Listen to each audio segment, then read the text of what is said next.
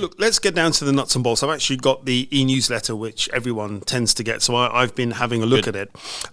Let's talk a little bit then about the specifics. Where do I charge the car?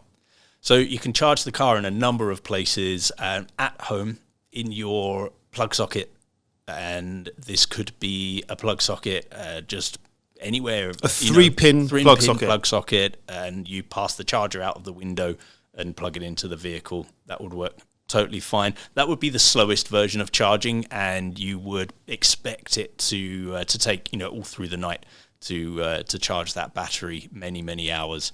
Hopefully you don't live on the 10th floor of an apartment block. Exactly, then it wouldn't be suitable for that situation. And a luxury apartment block, of course. Now, typically, if we're looking at a customer that's buying a car like this, the car will be kept somewhere that is private. Whether they are in a luxury apartment block, the parking space would typically be their own, and there's a good chance they could have a charging station installed at their own choice. They wouldn't really need permission. They would have the influence to be able to make that decision for themselves, I would expect. So a faster way to charge would be to use a wall box, and that would allow the customer to charge much faster, around 10 hours. I'm going to look for the exact number just to be a bit more specific. But they would have to buy that box? Yes, this would come potentially as a package. It all depends on the purchasing package put together by the importer or dealer. But typically when you buy the 7 Series, it would include a wall box that gets installed at your place. And I think most 7 Series customers would have a location at their home that could be installed. And yes, it would be around 9.5 hours to charge that battery using the wall box. Fantastic. Now, sales consultants, geniuses, will often be bandying the terms around of AC and DC. Yep. So maybe you can clarify those points for us. Yeah, sure. So AC, alternating current, this is the type of electricity that's available in your home.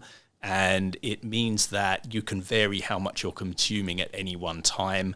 And so if you've switched everything off at night, then your house is consuming very low energy. And so the incoming energy is totally reduced that way. If it was DC coming into your home and you turn everything off, the power's still coming. It's like force feeding whether you want it or not. That's not good for your home and your circuits because you want to vary what you're doing. Whereas charging a batteries like to be charged DC. So what happens is the electrical power supply from your house is AC.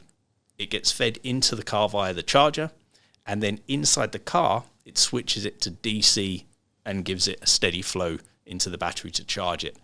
Public charging, you can get DC directly into the car, and so therefore you would bypass this on-car converter, and then it's like a direct connection into the battery. The current can flow much faster from a public DC charger, and that kind of current flow is not available at home. It's too fast, It's too much. It's only a commercial supply that can do that.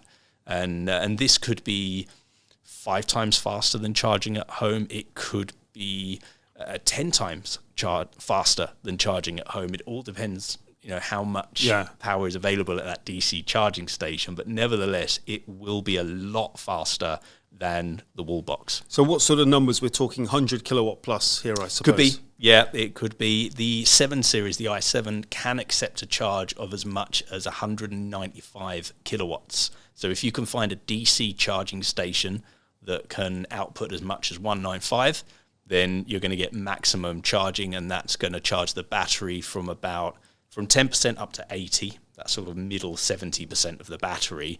It's going to charge that in about 34 minutes. Wow, so that's a quick really lunch. Fast. Yeah, that's a quick lunch.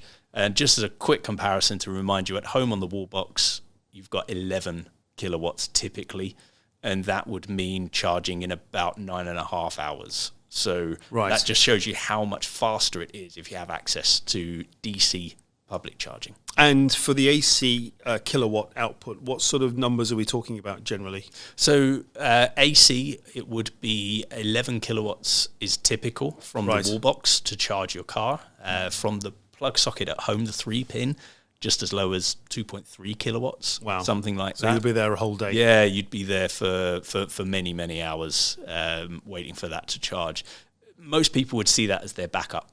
Yeah, of course. And wouldn't take that as their first charging option. The wall box would ideally be people's first choice because you would plug it in while you're sleeping. It's a nice slow charge, which is easy going on the battery. And then AC charging means that you'll fully charge that battery, wake up in the morning to 100% charge, and you can go about your business.